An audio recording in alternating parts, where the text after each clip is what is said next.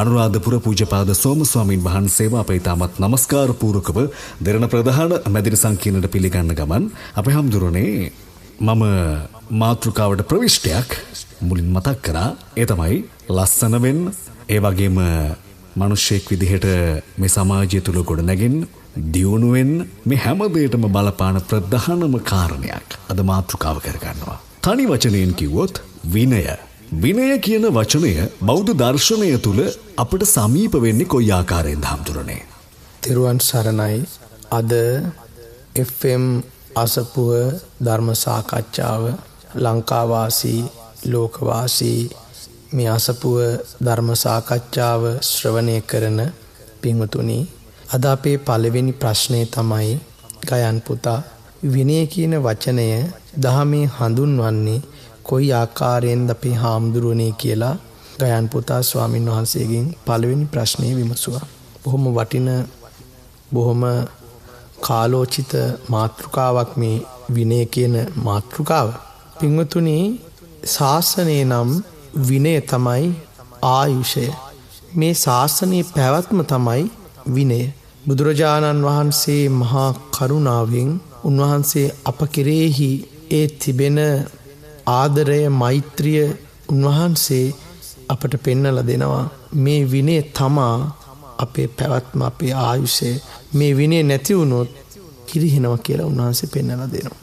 මම සංඝ සමාජය පිළිබඳව කතා කරන්න බලාපොරොත්තු වෙන්නේ නැහැ. ගිහි සමාජයේදී තරුණ තරුණයන්ට අපි මේ වැඩසටහනෙන් විශේෂයෙන් ආමන්ත්‍රණය කරනවා ගයන් පුතා. විනය නැති හැම ආයතනයක්ම පිරිහෙනවා.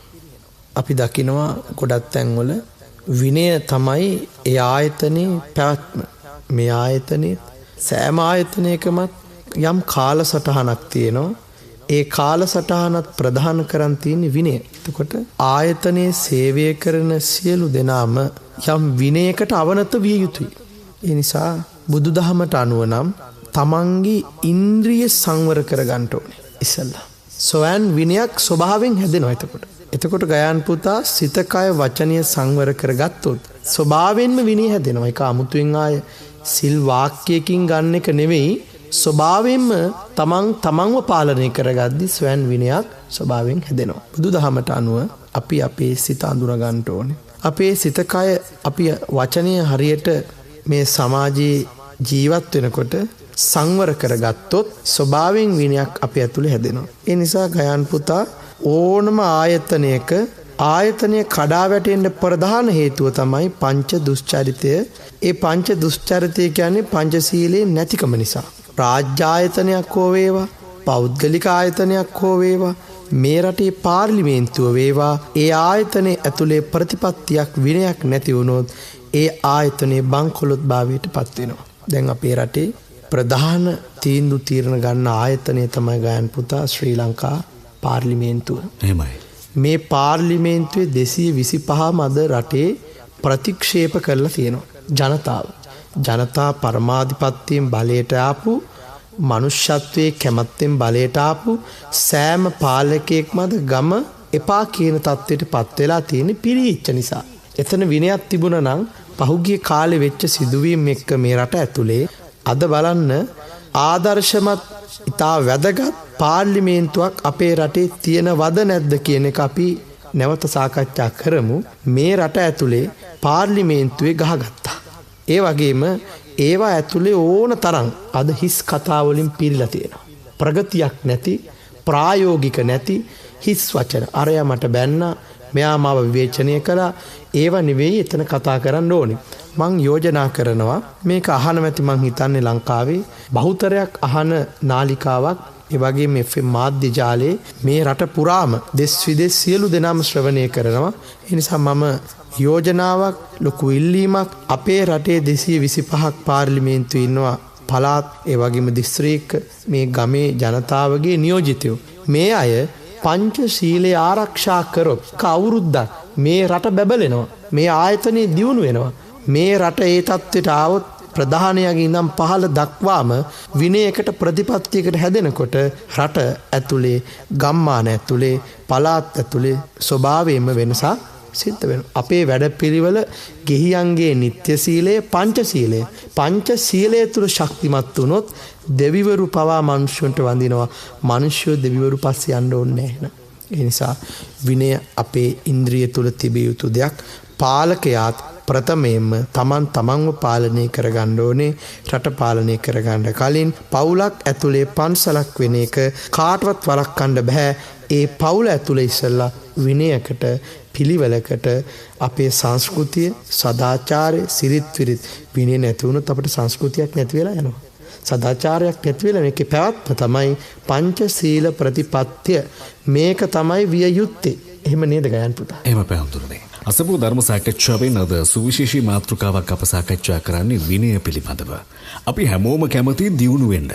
දියුණු වෙන පුද්ගලයන් ළඟ තියෙන ප්‍රධානම කාරණයක් තමයි අභ්‍යන්තර ප්‍රතිපත්තියක් විදිහට ස්වයං විනයක් ඔවුන් ළඟ අපි දකිනවා. අපි හැමෝම කැමති මුදල් හම්බ කරන්න.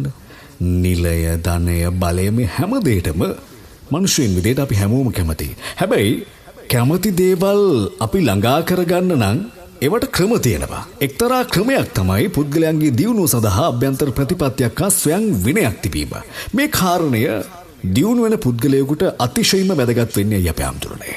පින්වතුනි, පුද්ගලයෙක්ගේ ජීවිතේට ස්වයං විනයක් නැති වුණොත් ඒ ජීවිතය නන්නත්තර වෙලා යනවා. මේ ස්වයං විනය කියන එක ස්වභාවයෙන්ම තමන්ව පාලනය කරගෙන ඒ වගේම ප්‍රතිපත්තියක් කරගත්තොත් ජීවිතය ඇතුලේ මම මගේ ජීවිතයේ මේ ටික මම ಗುಣධර්ම වශයෙන් ප්‍රගුණ කරගෙන මගේ ගමන යනවා කියලා ඒක ආයතනයක වෙන්න පුළුවන්. ඒ වගේම ගෙදරක වෙන්න පුළුවන්.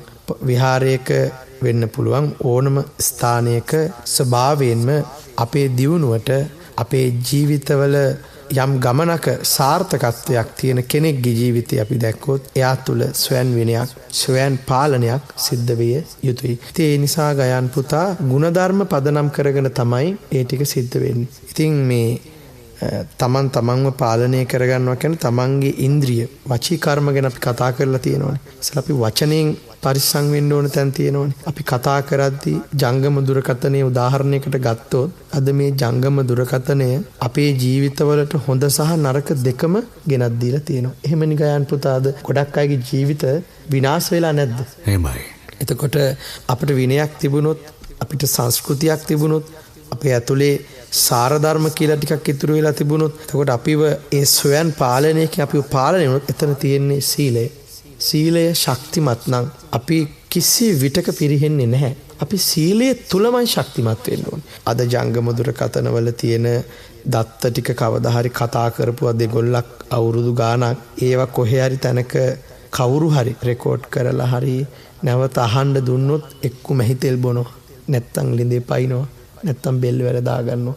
ඒ තරම් කතා නොකළ යුතු දේවල් කතා කරලා තියෙනවා. මේ විශ්වයේ හැම තැනකම විසිරලා තියෙන්න පුළුවන්. එහෙමයි. ඒ නිසා තමන් පාලනය කරගත්තොත් පුද්ගලයෙක් තමන්ගේ දියුණුවට යන කෙනෙක් කවදාවත් බාල වැඩ කරන්නේ නැහැ. බුදුරජාණන් වහන්සේ පෙන්නනවා දීඝජානු කෝලිය පුත්‍රයාට කොහොමද මේ ආර්ථිකය කළමනාකරණය කරගන්නේ, කොහොමද දියුණු වෙන්නේ කියන එක. ඉතින් මේ අපිට තියෙන ඕන අදිෂ්ඨානය, උත්සාහයක් තියෙන්න ඕනේ. හොඳ කැපකිරීමක් තියෙන්න ඕනේ. හොඳ වීරියක් තිබෙන්න ඕනේ. ඒ විශ්වාසයත් එක්ක අපිට ලොකු ගමනකට එන්න නම් මූලික පදනම තමයි නැවත වතාවක් මං කියනවා ඒක ප්‍රායෝගිකව ඕන කෙනෙකුට පුළුවන්. බෑ කියන වචනේ නවත්තන්න ඕනේ අපි. රට හදන්න බෑ. මේ රට බංකලොත් මේ රට ගොඩ ගන්න බෑ. මිනිස්සෙක්ගේ ජීවිතේට අපි දෙන්න ඕනේ ධනාත්මක චින්තනය.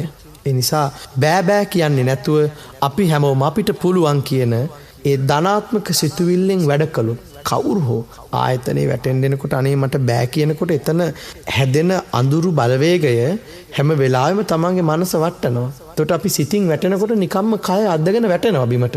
වචනය තුල අපි ප්‍රායෝගිකව ශක්තිමත් නම් අපිට ආශ්‍රය කළ යුතු ඕන තරම් ආ ඉන්නවා ධනාත්මක චිත්තනය අහන්න. අපිව අගයන අපිව උස්සලා ඉහලින් තියෙන අයමයි අපි ඇසුරු කළ යුත්තේ. බාලයව ආශ්‍රය කරන්න එපා කියලා මහා මංගල සූත්‍රයේ බුදුරජාණන් වහන්සේ කියනවනි අසේවනාච බාලානම් පණ්ඩිතානංච සේවනා පූජාච පූජනීයානම් ඒතම් මංගල මුත්තමං. ඒකෙන් කියවෙන්නේ ඇසුරු කළ යුත්තේ බාලයෝ නෙමෙයි පණ්ඩිතයෝ. බාලයෝ ඇසුරු කරන්න එපා පඬිතු ඇසුරු කරන්න කියන. නුවණින් ප්‍රඥාවෙන් ගයන් පුතා ගලපලා බලද්දී බුදුරජාණන් වහන්සේ පෙන්වන බඹයක් පමණ ශරීරයෙන් තමන් තුළින් තමන් දකින ස්වාධීන ඥානයක්නේ. එතකොට ස්වාධීන ඥාණයෙන් බැලුවාම මේ ආයතන හය ඇතුලේ බඹයක් පමණ ශරීරය තියෙන පිට නෙවෙයි ඇතුලේ විදර්ශනා නුවණින් බැලුවත් තමන් ඇතුලේ ඉන්න බාලයා ඉස්සල්ලා පන්නන් ඉන්න ඕනේ. තමන් ඇතුලේ ඉන්න පඬිතයාට තන දෙන්න නම් බාලයාට යන්න පාර හදන්න ඕනේ. එතකොට නිකම්ම සිත කය වචනය සංවර වෙද්දී සීලය තුල ශක්තිමත් වෙද්දී අභ්‍යන්තරය කියන්නේ අතුලාන්තය බුදුරජාණන් වහන්සේ ත්‍රිපිටකයේ අභිධර්මයේ වෙනම දේශනා කරන ගැඹුරු ධර්මයක්. අද අපි ඒ ගැන සාකච්ඡා නොකළෙමු. ඒ වගේම අභ්‍යන්තරය ඇතුළ අපිට පේන්නේ නැහැ හිත. අත කැඩුනොත් අපිට කැඩිච්ච තැන හොයලා ඇන දාලා හරි බෙහෙත් බැඳලා හරි හොඳ කර හැකියි. මේ හිත කැඩුනොත් බෙහෙත් බඳින්න බෑ. එහෙමයි. ඒක හදන්න පුළුවන් ගයන් පුතා පින්වතුනි මේ ධර්මයේ නැමැති ඖෂධයෙන්. ධර්මයේ තුල ශක්තිමත් නම් පංචශීලයේ තුල ශක්තිමත් නම් ඔහු ගාව යම් ගුණ ධර්මයක් සීලයක් තුල ඔහු ශක්තිමත් නම් කවදාවත් පිරිහෙන්නෙත් නැහැ වැටෙන්නෙත් නැහැ. අදිෂ්ඨානයේ ඇතනම් කල නොහැක්කක් නොමෙත බොහෝ අයගේ දියුණු වෙච්ච අයගේ ප්‍රතිපත්තියයි ශක්තිමත් වෙන්නේ. රටකත් අපිට තියෙන්න ඕනේ වෙනස් නොවන ප්‍රතිපත්තිය. බලවත් විවස්ථාවක් බලවත් ප්‍රතිපත්තියක් තියෙන්න ඕනේ. අපි අද කියන එක නෙවෙයි හෙට කියන්නේ. එහෙම නෙවෙයි දියුණු වෙච්ච රටවල් වලත් ඒ අයගේ මම දැක්ක ප්‍රධාන ලක්ෂණයක් වෙලාවට වැඩ කරනවා. ඒගොල්ලෝ කියන දේ කරනවා. කරන දේ අනිවාර්යෙන් මේක හරියටම කරනවා. වංචාව නැහැ, හොරකම නැහැ. අපි හැම තැනකම තියෙන මොකද්ද දන්නේ පාපයකට හැම ආයතනයකම මිනිස්සු රස්තියාදු කරනවා. අද වැඩේ හිතට කල් දාන්න එපා.